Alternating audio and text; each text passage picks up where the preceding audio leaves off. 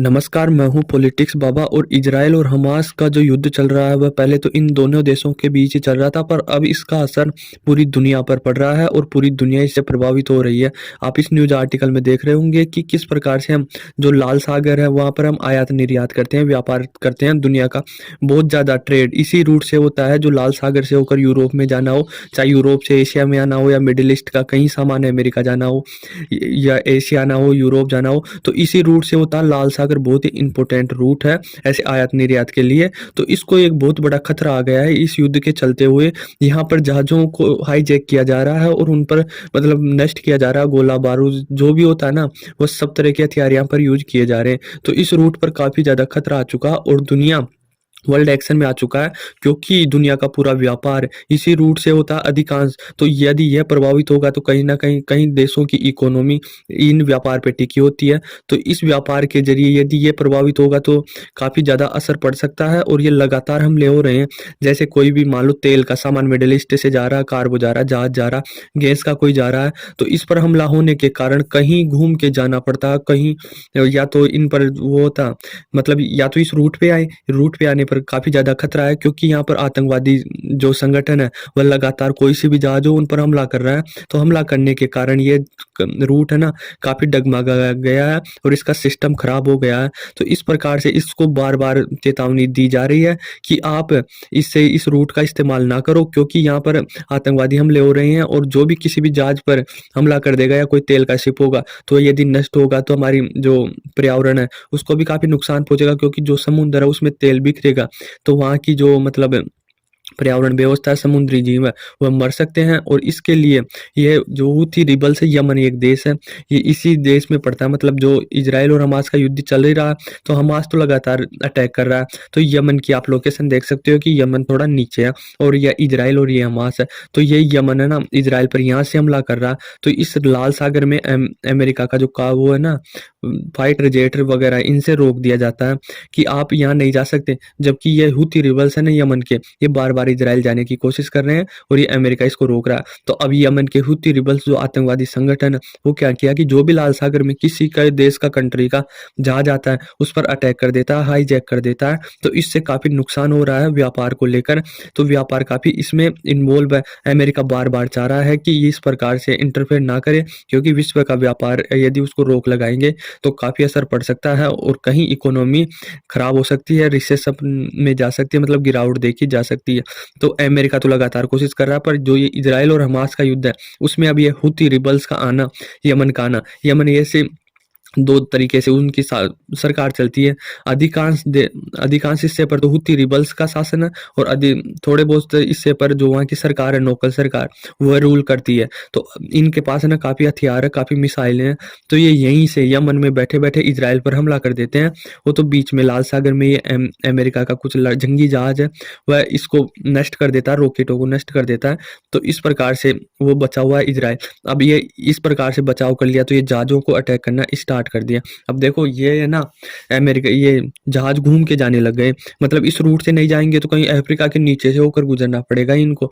तो उसमें काफ़ी समय लगेगा, फ्यूल काफ़ी खर्च होगा और बहुत ज़्यादा खर्च आ जाएगा यदि इस रूट को चेंज करेंगे और बहुत ज़्यादा घूम के जाएंगे ना नीचे से, तो उसके लिए कॉस्ट भी ज़्यादा बढ़ जाएगी। तो जो लगातार ये कॉस्ट बढ़ रहे हैं उस पर भी चर्चा कर रहे हैं वर्ल्ड कि इस प्रकार से मतलब एक 40 फुट का कंटेनर होता है उसका प्राइस अब बढ़कर मतलब $10,000 हो गया है। तो इस प्रकार से बढ़ रहा है। और यदि इसी रूट से आते हैं तो जो इंश्योरेंस होते हैं ना, जो मतलब आयात निर्यात करते हैं, तो कई कंपनियां होती है जो कंटेनरों का इंश्योरेंस करती है कि यदि आपका रास्ते में एक देश से दूसरे देश पहुंचाएंगे उसमें आपका सामान खो जाए या कंटेनर गायब हो जाए या कोई भी घटना से समुद्र में डूब जाए, तो उसकी गारंटी कुछ कंपनियां लेती है।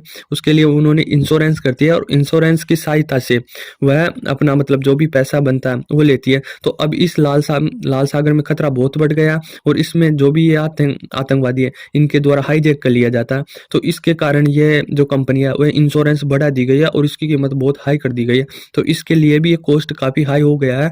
तो ये काफ़ी ज़्यादा खर्चा आ रहा है और जो सामान खरीदते हैं उन पर ही पड़ेगा। वो वैसी बात है कि जो सामान खरीदेगा कंपनी या तो काट पीट के दे देंगी, भाई आप ये लो, इतना कॉस्ट लगा, इतना इंश्योरेंस लगा, इतना आने जाने का ट्रांसपोर्ट का खर्चा हुआ है। तो जो भी ये खर्चा पड़ता है आम जनता के ऊपर ही पड़ता है, जो सामान खरीदता है उसके ऊपर पड़ता है। तो सामान खरीदना कम कर देती है जनता, तो वहाँ की इकोनॉमी खराब हो जाती है जिस भी देश। तो अमेरिका और दुनिया लगातार कोशिश कर रही है कि हूथी रिबल्स लाल सागर में जो भी जहाज आते हैं उसको अटैक ना करें। अटैक करते हैं तो इनको भारी खामियाजा भुगतना पड़ता। अबे आपने पिछली न्यूज़ देखी होगी कि भारत का जो जहाज है उसने भी इसने हाईजैक कर लिया था, जो भारत आ रहा था उसको गुजरात आना था, उस जहाज को सामान लेकर उसको ये हूथी रिबल्स हाईजैक कर लिया था। अब इसमें क्या होता है कि देखो, जहाज किसी और देश की कंपनी का होता है, माल किसी और देश को पहुंचाना होता है, और जो उस कंपनी को ऑपरेट करता है वो और देश होती है। तो एक जहाज में है ना काफी सारे देश इन्वॉल्व होते हैं, अलग अलग काम करते हैं। तो जब एक जहाज को हाईजैक करते हैं तो काफी देश इन्वॉल्व होने के कारण काफी देशों का दबाव आ जाता है। तो एक जहाज को वो करेंगे ना तो पूरी दुनिया का व्यापार अस्त व्यस्त हो जाएगा। ये रूट काफी बिजी है, और जो भी सामान आता है जाता है दुनिया को, मतलब एक दूसरे को जोड़े रखता है ना, तो ये रूट काफी फायदेमंद है। तो ऐसा नहीं करना चाहिए। अब देखो, पहले तो क्या होता था कि जो ऐसा करने पर सामान आयात निर्यात खराब हो ही जाएगा। अब अमेरिका है ना पूरी कोशिश कर रहा है भाई ये व्यापार का ये रूट एक सुरक्षित रहे। इसके लिए उन्होंने कई देशों में, जैसे ये लाल सागर, उसमें अपनी अमेरिका छावनी भी बना रखा कि कोई देश, खाड़ी देश, मुस्लिम देश इस रूट पर कब्जा न कर ले। पर जो हूथी रिबल्स है वो लगातार इस पर अटैक कर रहे हैं और इसे असुरक्षित बना दिया गया। तो कंपनियों को कहीं ना कहीं खतरा है कि हमारे सामान पर वो कर दे, एक भी कार्गो शिप को हाईजैक कर लेता है या बॉम्ब से उड़ा देता है तो बहुत बड़ा नुकसान हो जाता है, क्योंकि ये बहुत बड़ी बड़ी जहाजें होती हैं और इसमें करोड़ों अरबों का सामान होता है। तो कोई कंपनी रिस्क लेने के लिए तैयार नहीं है, इस रूट पर जाने के लिए तैयार नहीं है। वे या तो अफ्रीका के नीचे से आएगी तो इसलिए कॉस्ट बढ़ जाएगा, और ये कॉस्ट लगातार जो कंज्यूमर है उन पे ही पड़ता है।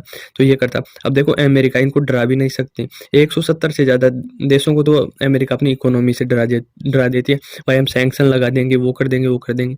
तो अमेरिका दे रखी है 170, तो वो तो ऐसे डर जाते। पर ये कुछ आतंकवादी संगठन है मिडल ईस्ट के, हमास के, इनको अमेरिका कुछ दे नहीं रखी है तो ये डरते नहीं है, किसी से नहीं डरते।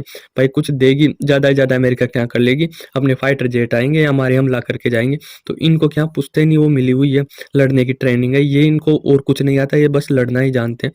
अब अमेरिका कहते हैं हम सैंक्शन लगा देंगे, लगा दे क्या रखा उस पर लगाएगा सैंक्शन। तो इस प्रकार से अमेरिका इन पर पूरा दबाव नहीं बना रही है। कोई और देश होता ना तो उस पर तो दबाव बना देती कि हम वो कर देंगे, वो कर देंगे, पर इन पर नहीं बना सकती हैं। तो ये हूथी रिबल्स इस प्रकार से लाल सागर पर कब्जा कर रखा, और इसलिए हमारा व्यापार काफ़ी मतलब अस्त व्यस्त चल रहा है। तो आई होप इस इजराइल और हमास का पूरी दुनिया पर पड़ रहा प्रभाव तो एक जल्दी से जल्दी सोल्व हो और व्यापार रूट एक व्यवस्थित तरीके से चल सके।